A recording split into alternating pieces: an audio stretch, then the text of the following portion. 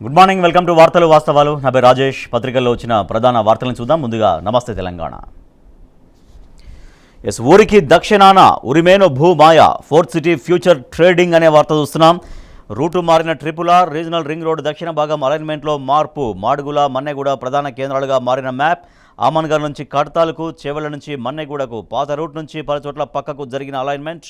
189 నుంచి 194కు 5 కిలోమీటర్ల వరకు పెరిగిన దూరం. అలైన్మెంట్ మార్పుల వెనుక అసలు మతలబేమిటో అంటూ ఈ భూమాయకు సంబంధించిన వార్త మనం చూస్తున్నాం. ఇవాళ నమస్తే తెలంగాణలో వచ్చినటువంటి ప్రత్యేక కథనం 1 అనేది మనం చూడొచ్చు. రీజనల్ రింగ్ రోడ్డు ఎట్లా ఉంది, ప్రతిపాదనలు గత బీఆర్ఎస్ ప్రభుత్వం ప్రతిపాదించినటువంటి ప్రతిపాదనలు ఏంటి, దానికి 5 కిలోమీటర్ల వరకు పెరిగి ఇవాళ కాంగ్రెస్ ప్రభుత్వం ఎందుకు ఆ రీజనల్ రింగ్ రోడ్డు యొక్క ప్రతిపాదనలు మార్చింది, అలైన్మెంట్ ఎందుకు మార్చింది అనే వార్త మనం చూడొచ్చు. దాంట్లో గ్రీన్ కలర్లో కనిపిస్తున్నటువంటి లైను ఇంతకుముందు ఫైనల్ చేసినటువంటి రీజనల్ రింగ్ రోడ్డు, కానీ బ్లూ కలర్లో కనిపిస్తున్నటువంటి లైను ప్రస్తుత సర్కార్ రీడిజైన్ చేసినటువంటి రీజనల్ రింగ్ రోడ్డు. ఇది కేవలం రియల్ ఎస్టేట్ దందా కోసం, కొంతమంది అక్రమార్కుల కోసమే ఇటువంటి అలైన్మెంట్ మార్పు జరిగింది అనేటువంటిది మనకు స్పష్టమవుతోంది.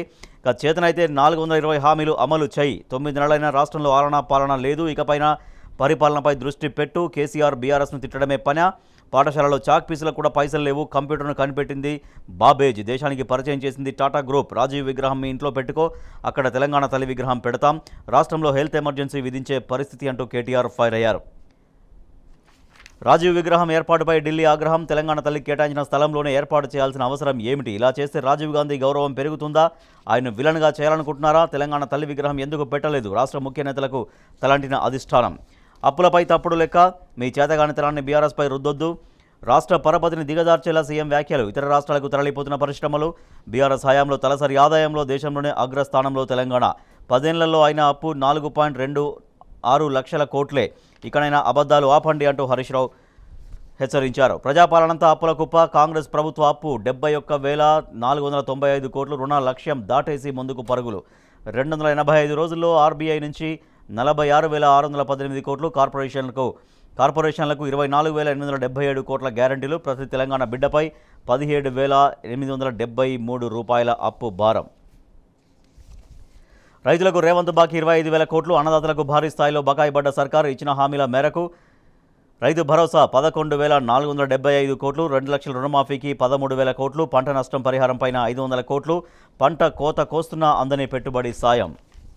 వరద సాయంలోనూ మెలిక, పక్కాగా లేని వరద బాధితుల సర్వే, 3,800 కుటుంబాలకు నష్టమని అంచనా, 2,813 కుటుంబాలు నష్టపోయినట్లు క్షేత్రస్థాయి నిర్ధారణ, సాంకేతిక కారణాలతో 318 కుటుంబాలకు అందని సాయం, చాక్పీసులకు డబ్బులు లేవు, రాష్ట్రంలో గాడి తప్పిన పాఠశాలల నిర్వహణ, 3 నెలలైనా విడుదల కాని నిధులు, హెచ్ఎంలు సొంతంగా ఖర్చు పెట్టాల్సిన దుస్థితి, పురుగులన్న మాకొద్దు, కుక్కల కంటే హీనంగా చూస్తున్నారు, హాలియా బీసీ గురుకులం విద్యార్థుల ఆందోళన అనే వార్త మనం చూడొచ్చు.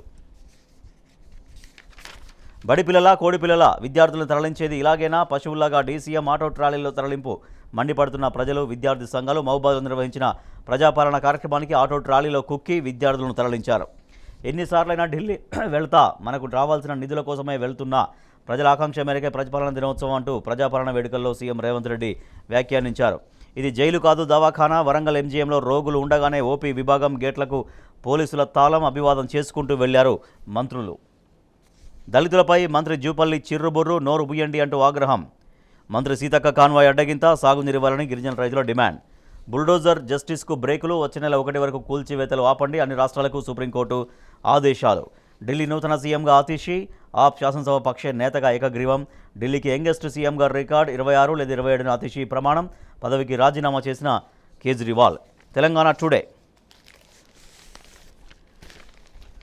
Hundreds of devotees at Khairatabad Ganesh శోభాయాత్ర ఇన్ ఫ్రంట్ ఆఫ్ సెక్రటరీ అని ఒక వార్త చూడొచ్చు. Supreme court puts brakes on bulldozer justice, says move against ethos of constitution అనే వార్త చూస్తున్నాం. BRS, Congress, BJP celebrate their own version of September 17th. Atishi next Delhi CM, Kejriwal resigns.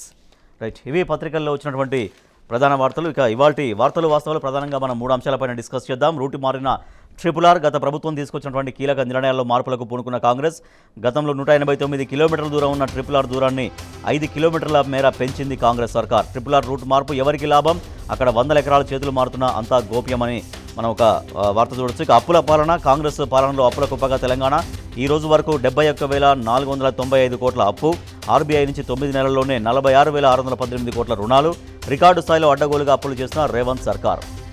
పాలనపై దృష్టి పెట్టు. 9 నెలలైన రాష్ట్రంలో ఆలనా పాలన లేదు. గాడి తప్పిన అన్ని వ్యవస్థలు. రాజీవ్ గాంధీ విగ్రహం ఇంట్లో పెట్టుకో, అక్కడ తెలంగాణ తల్లి విగ్రహం పెడతాం అధికారంలోకి బీఆర్ఎస్ రాగానే. హైకోర్టు తీర్పుతో రేవంత్కు భయం, అందుకే పిచ్చి కూతలు అంటూ ఈ 3 అంశాలు మనం చూద్దాం. 3 అంశాలతో పాటుగా మరికొన్ని అంశాలుగా వార్తలు వాస్తవాల్లో డిస్కస్ చేద్దాం.